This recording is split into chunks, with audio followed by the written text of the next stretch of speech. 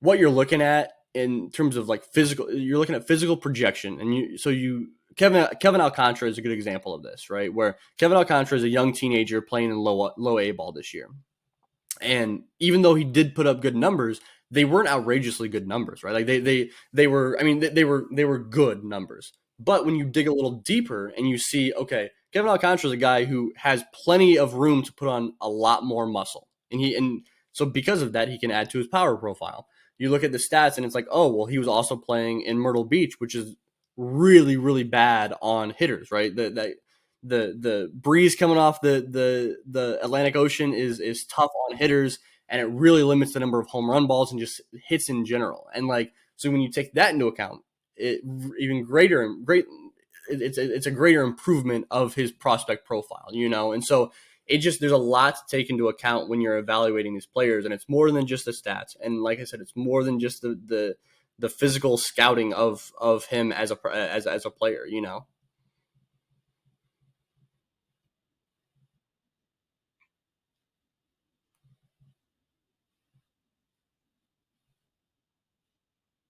Mm-hmm. Mm-hmm.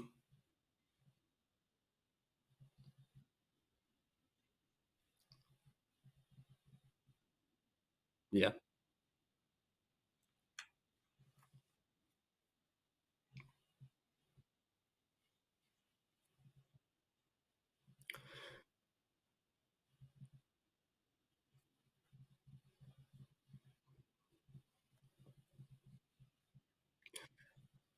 Yeah, well, I think it's interesting because I think even as recently as 20 years ago, probably not 10, but probably 20 years ago, maybe 15 years ago, like we weren't looking at like plate approach and plate discipline as much as we are to, like, clearly not as much as we are today.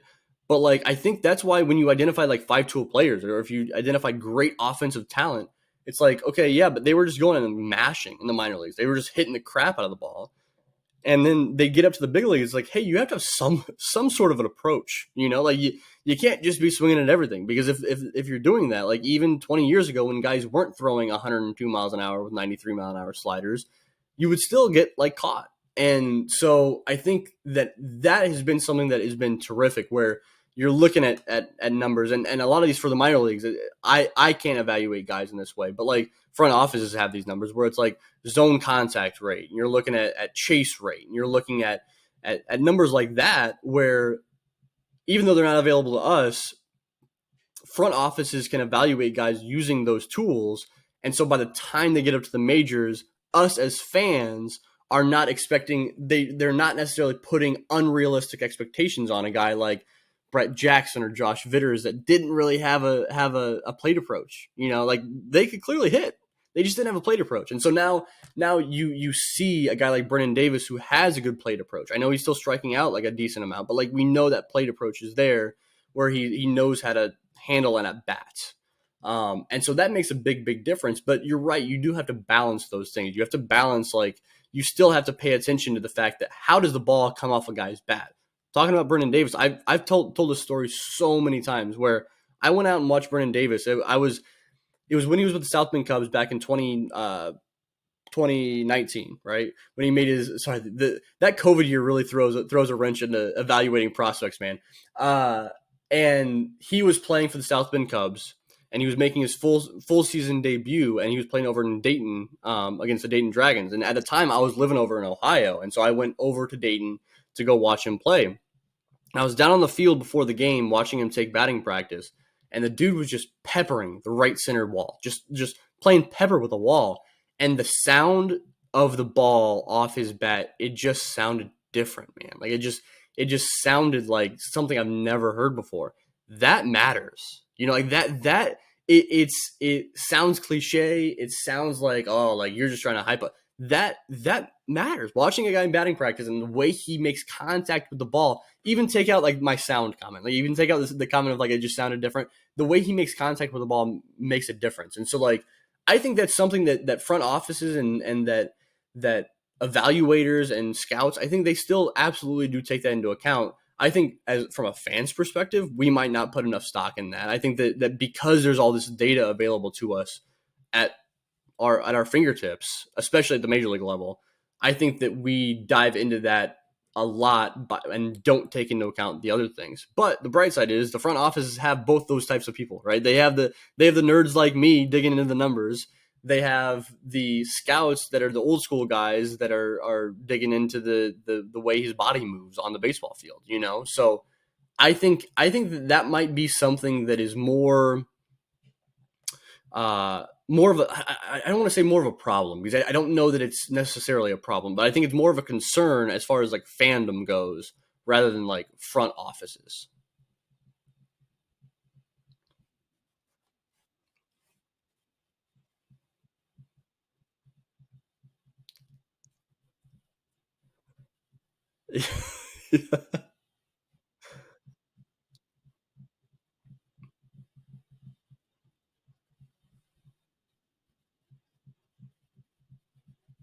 Mm.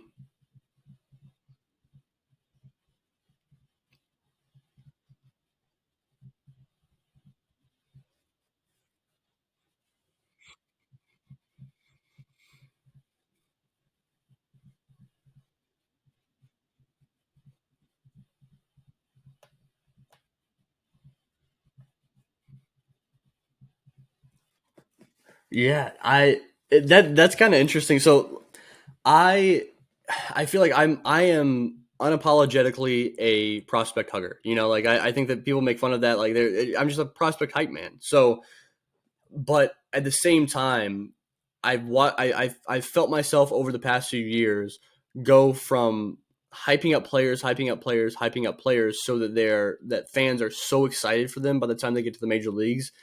So I'm still trying to do that. I still want to make sure that fans are aware of who's coming because I love that. I love doing that. But at the same time, I just don't want fans to get unrealistic expectations of who a prospect may or may not be at the major league level, right? And because if he comes up and struggles for half a season, I don't want fans to say this guy sucks, get him out of here.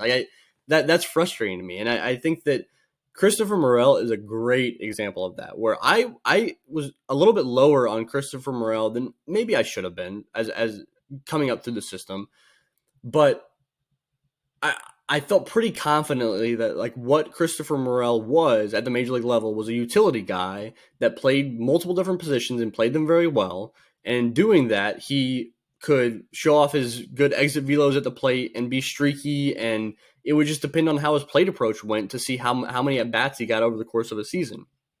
I think he's still kind of there. That's still what he kind of is. When he came up, he killed it. He absolutely killed it the first what 2 months, and yeah, and it's like I would never as a prospect evaluator, whatever you want to call me, I would never have predicted that in a million years that he would get on base in 22 straight games to begin his career. Nope, absolutely not. And so fans saw that and they were like, "This dude is no joke," right? They're like, and that helps, right? And they're like, oh, like Greg, like he ranked him way too low, and it's like crap. Like I maybe I did, but you can't get too high, you can't get too low on these guys right off the bat because like say he would have like him coming up and killing it for the first month and a half of the season shouldn't versus him coming up and being absolutely awful.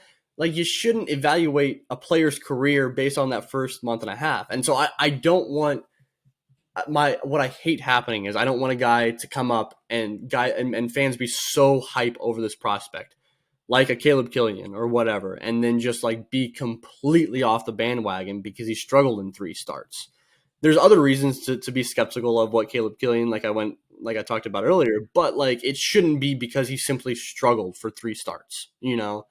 And so I just it's that balance. It's really really that balance of like I just don't want fans to get too high or too low, but I want them to know that these guys are coming.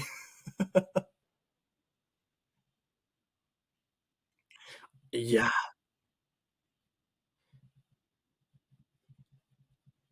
yeah, exactly. And I think that Mervis is another really good example of that dude. Like we're like I already fans have unreasonable expectations for Matt Mervis. Like if he doesn't hit 30 bombs and have a WRC plus of like 130 next year, I think fans might be disappointed. And that scares me. That's like that shouldn't be the case. You know, like if he comes up and hit Yeah, yeah. If he had, that's what I was gonna say. If he has a WRC plus barely above 100, it's like, well, he was better than league average. That you'll take that from a rookie, like that's tough, man. It's tough, and I'm worried about Matt Mervis especially, and so I think I've been trying to temper expectations, especially given the fact that he's a first base prospect. Like he needs to hit to be a good quality major league player, and that's really tough for a first base prospect. It's why you don't see a whole lot of like first base prospects coming up through minor league organizations and killing at the big league level. Like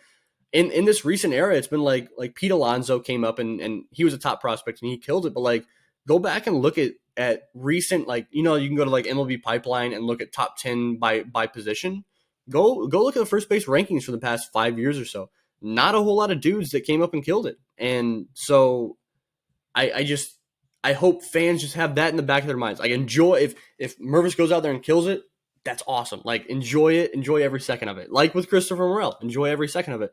But just in the back of your mind, just like keep that in mind. Like just don't forget that like it's okay if he struggles. It's okay if Christopher Morel becomes a 400 plate appearances over the course of a year utility guy. That has value. It's okay if Matt Mervis hits 106 WRC plus in his first year. That's value. That's a good season. Yeah.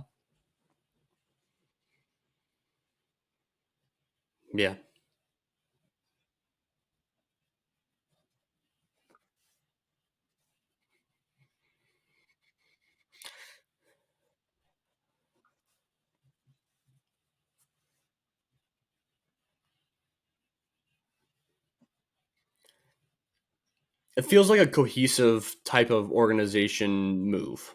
It feels like uh well, first of all, I guess it feels like he was a rising star in the industry and they wanted to be sure to keep him in the organization and all that good stuff. But I also just think that he's had experience in the system. There's guys coming up, and they'll be familiar with Dustin Kelly as they reach the big leagues. I think that he has left a really good impression on a lot of the other coaches in the system in the organization, and it just feels like a good move. It feels different than the other hitting coach hires over the years. Where I know that I think that Sahadev Sharma wrote an article. I didn't get a chance to read it yet, but about that like hitting coach turnover over the past several years, and I I don't know, man. Like it just feels like it feels this one feels different.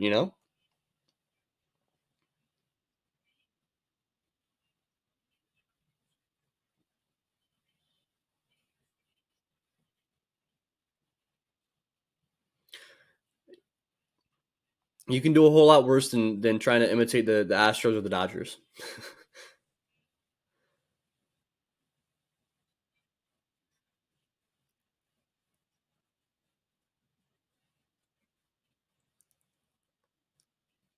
Okay, yeah, I love it.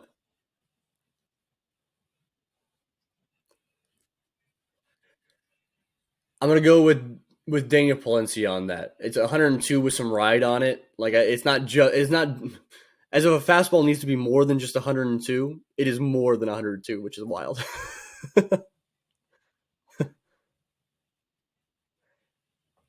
Give me Jake Reindl's slider. He's not a top prospect, but he's a guy that could get picked up in the Rule 5. It would be a surprise. He hasn't pitched in the upper levels of the minors, but that slider as a reliever is that good. That slider is the best off speed offering in the system.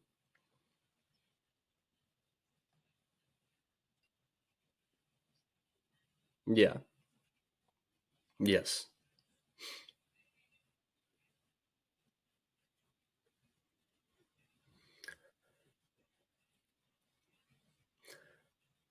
Can I can I can I tweak that a little bit? Can I say that between Jeremiah Estrada and Zach Lee, their fastball slider combination is just deadly. But both of them have like they're slightly different, but like Jeremiah Estrada has that fastball that just disappears. Like we saw it in the major leagues this year, but like it's hitting the high 90s, but it's also like riding like crazy. And Zach Lee does something pretty like he's got like kind of the cut ride fastball a little bit, but that fastball slider combination for those two guys. I know that wasn't the answer to your question, but I wanted to be able to plug that a little bit. I thought this was a good opportunity.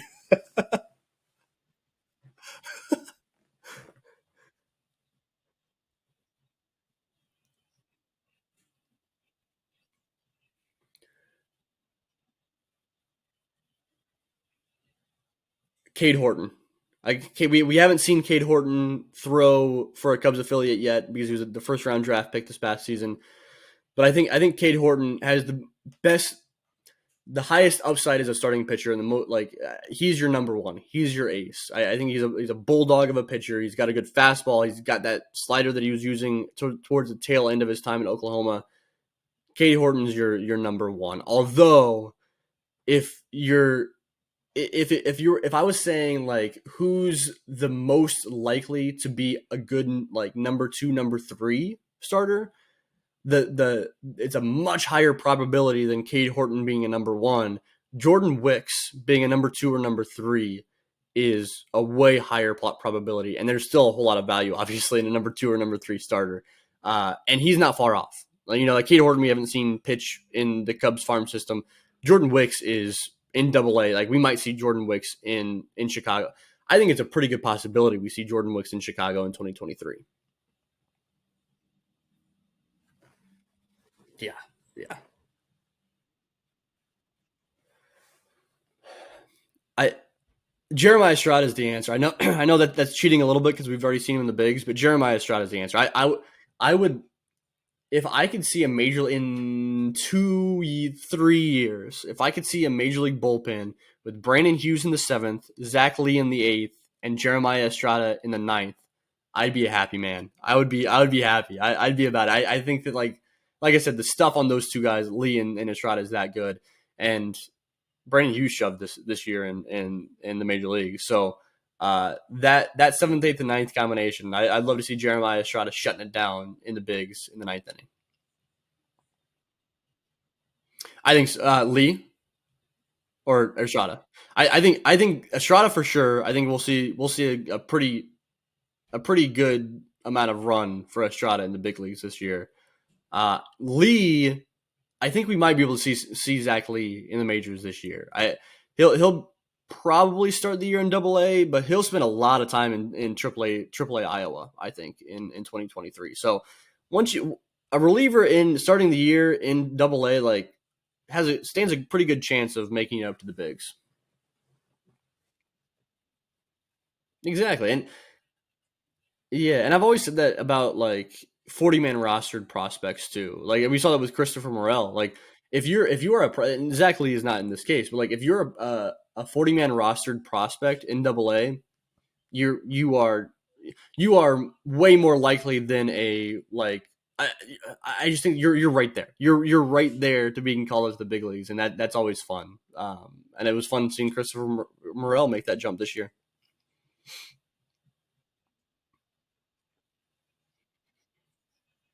The best speed, I'll go with Zach Davis. He's not really a top prospect. I mean, he the his value comes from being just the fastest man in the system and playing some good defense in center field. He bounced around a little bit from Iowa in down to Tennessee a little bit this past year. If if the dude like he just reminds me of a guy that like is a playoff push type speed guy, maybe making a playoff roster as a speed guy. That's that's Zach Davis. Now, if we're talking prospects that are more than just their speed, PCA has the speed, man, and PCA is fun on the base. Like not only is he fast, but like he's got that Javi aggressiveness on the base paths that you love to see. Like the style, like he's just running hard. He's sliding all over the place. He's swim moving. He's being aggressive. He's being a little bit too aggressive sometimes, getting thrown out on the bases. But it's like you're fat, you're fast, you're a good base runner. Like we can afford you getting thrown out every once in a while.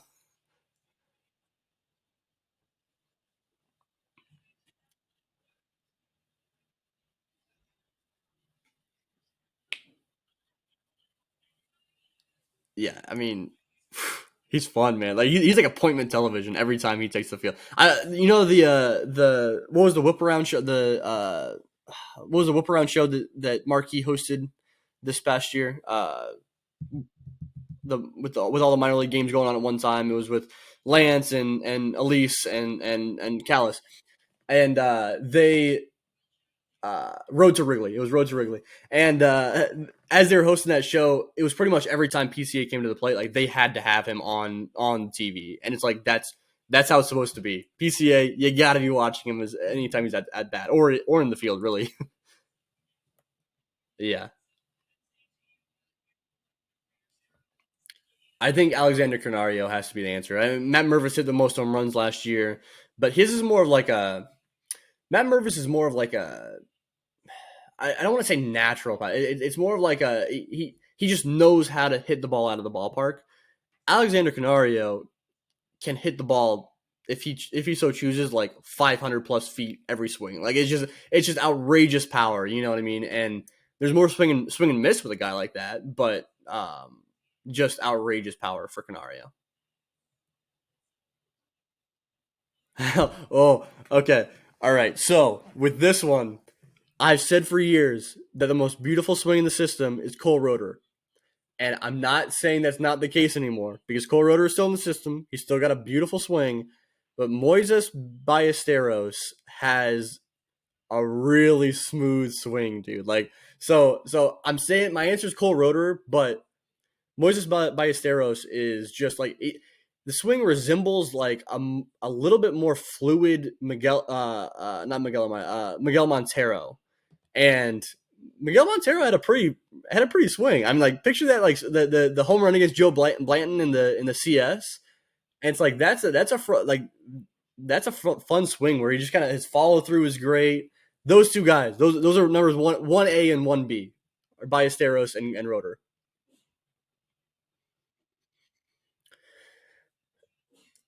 I'll give an answer that is kind of like the best speed. So I think Luis Vasquez has the best glove in the farm system. He's a shortstop. He spent most of the season between Double A Tennessee and Triple A Iowa this past year. He's got the best glove in the system.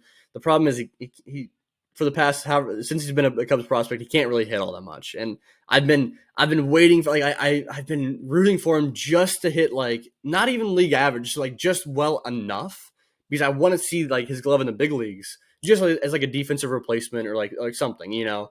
But he's just got to hit like I said, not even league average, just like enough because the glove is just silky smooth over there at shortstop.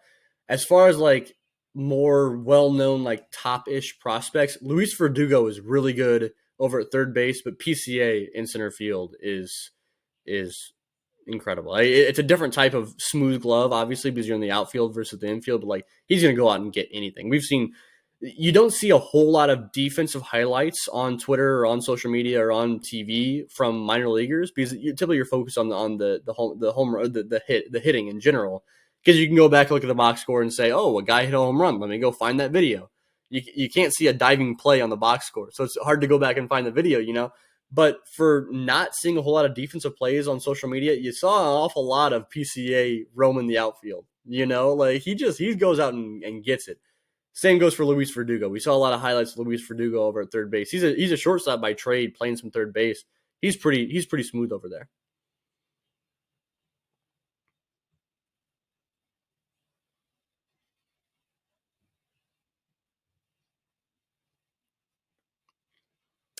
Yeah, I think it's got to be PCA. I think PCA is the biggest vibe guy. It was Christopher Morel. Like it was like I tabbed I tabbed the Christopher Morel experience for a reason. You know, where it's like he's just out there always having a good time and just he's just a vibe. I think PCA is that vibe now. I'm trying to think if there's anybody else that rivals Pablo Aliendo is behind the plate. He's got that Wilson Contreras vibe a little bit, right? He's real and actually as far as catchers go, Pablo Aliendo and Ethan Hearn, both big vibe guys. Pitchers seem to love throwing to him. He's out there fist bumping both these guys, Hearn and Aliendo, fist bumping. Aliendo seems to always find the camera. It's some good stuff. So I'll go the trio of PCA, Ethan Hearn, and Pablo Aliendo as far as the vibe guys in the system right now.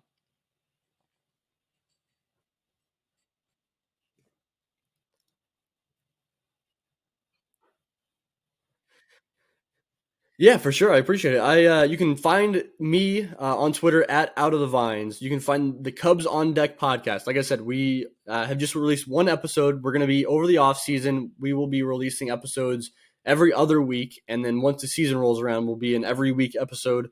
Cubs on Deck you can find on really any podcasting platform. Anywhere where you're listening to Cubs PS Plus, you can find Cubs on Deck podcast. I think we're not on Amazon podcast yet, but I've been struggling with that a little bit. But yeah, so besides that, you can find us pretty much anywhere. I'll do a lot of. You can find us on Instagram at Cubs on Deck. We don't have a Twitter account. Just follow me at Out of the Vines to find all that good stuff. But really appreciate everybody tuning in and listening to that show. Been trying to get it off the ground. I'm really really confident, really happy in what that show is now and is going to become. So, Mike, I appreciate it. I can't thank you enough for having me on here and letting me talk more Cubs prospects because I love to do it. So anytime you need me on to talk about this topic, I'm always game.